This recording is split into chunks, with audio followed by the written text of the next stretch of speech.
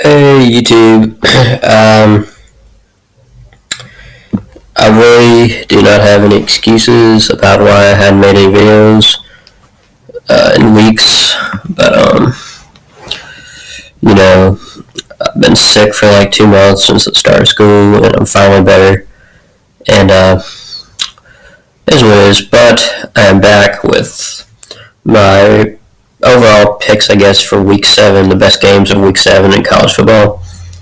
I'll tell a little bit of my thoughts about how the season's gone so far, too, and different stuff like that.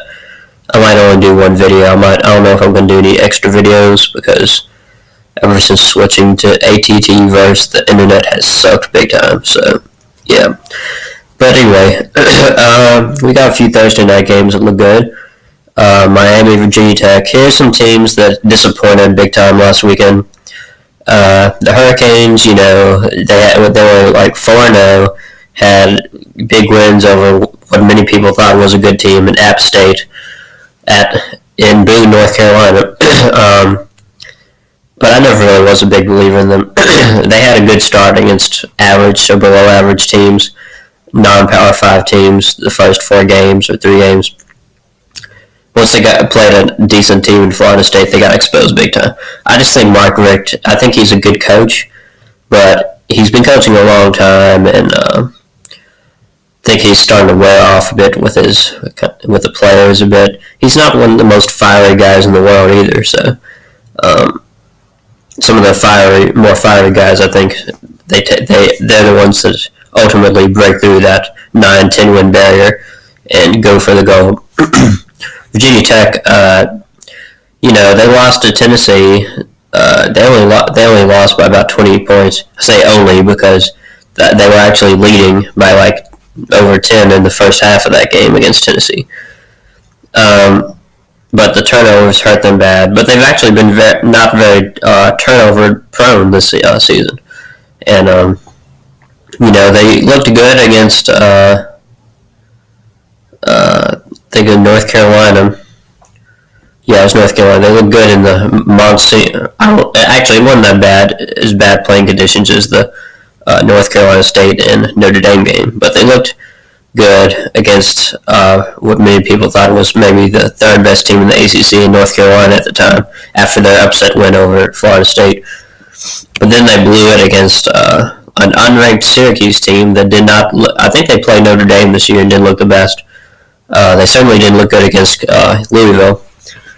But, so, between these two teams, I'm not sure really who.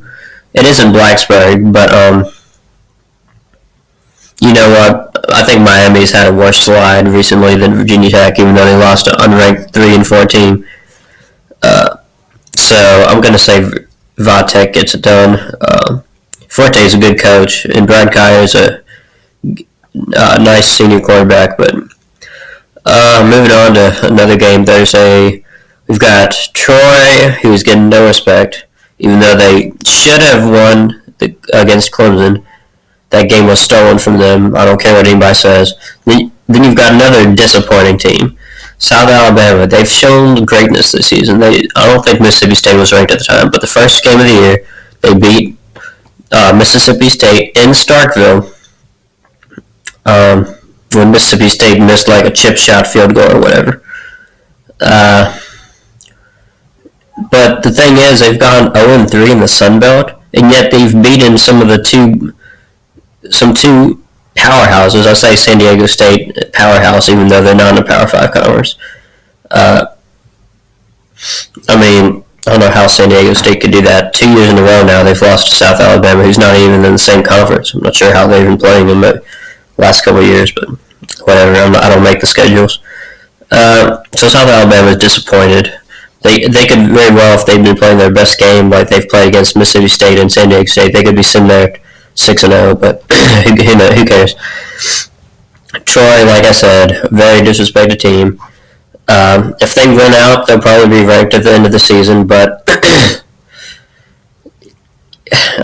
most people are taking that as just Clemson played really bad against Troy, but I think Troy is really good. I think they're potentially the best team in the Sun Belt. definitely going to ball. This is definitely the best Troy team I've seen in years.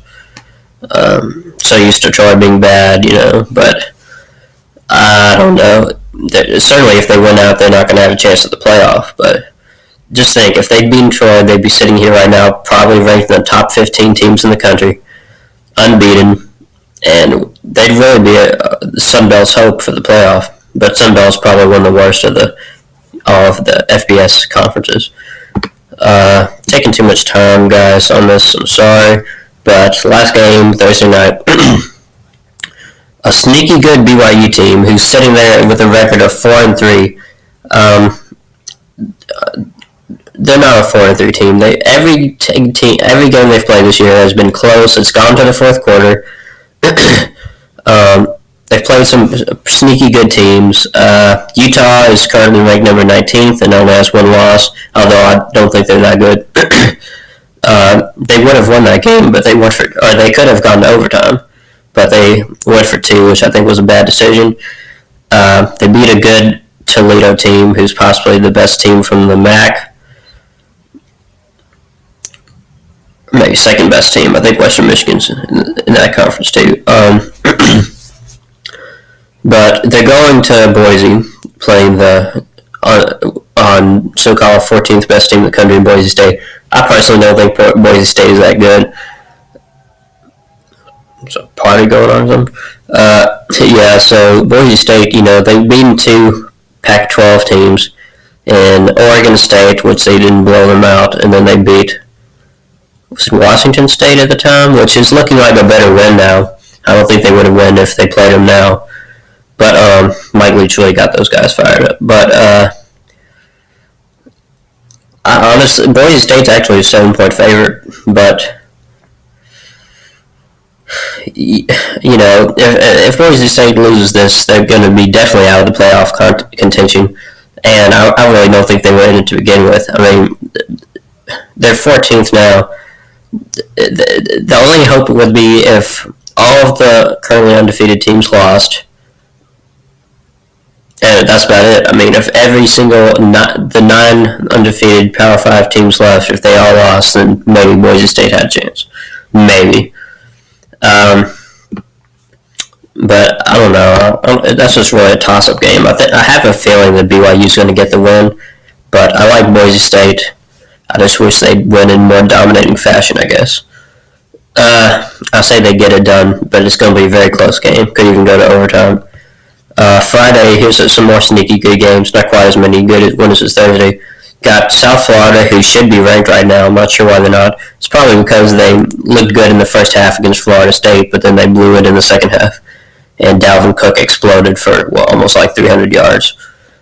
So, but you can argue that they're one of the best teams in the American, probably second best. It's between Memphis, South Florida, Houston, even Navy, you could argue.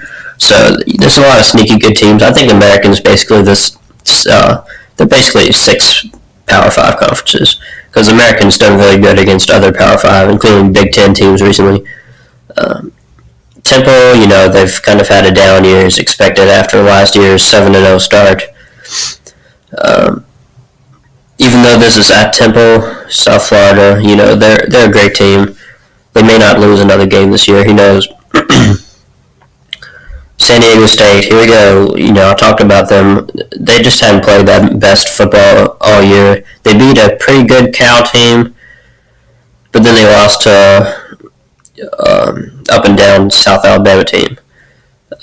Donnell Pumphrey, he looks really good, but he's already over 1,000 yards for the season, so that's pretty good. But I mean, I don't know. San Jose State's on the rise a bit, but San Diego State should get done. Oregon, wow, how they have fallen from being in the playoffs 2 years ago, and now Mark Helfrich will probably be fired by the end of the season. I actually think Cal gets it feels like an upset, but it's not. I think Cal gets the job done here. Davis Webb is looking like a pretty good quarterback, and so yeah, I'm sorry guys, I wasn't able to get more predictions in this video, but maybe I'll make another one in just a few seconds. See you then.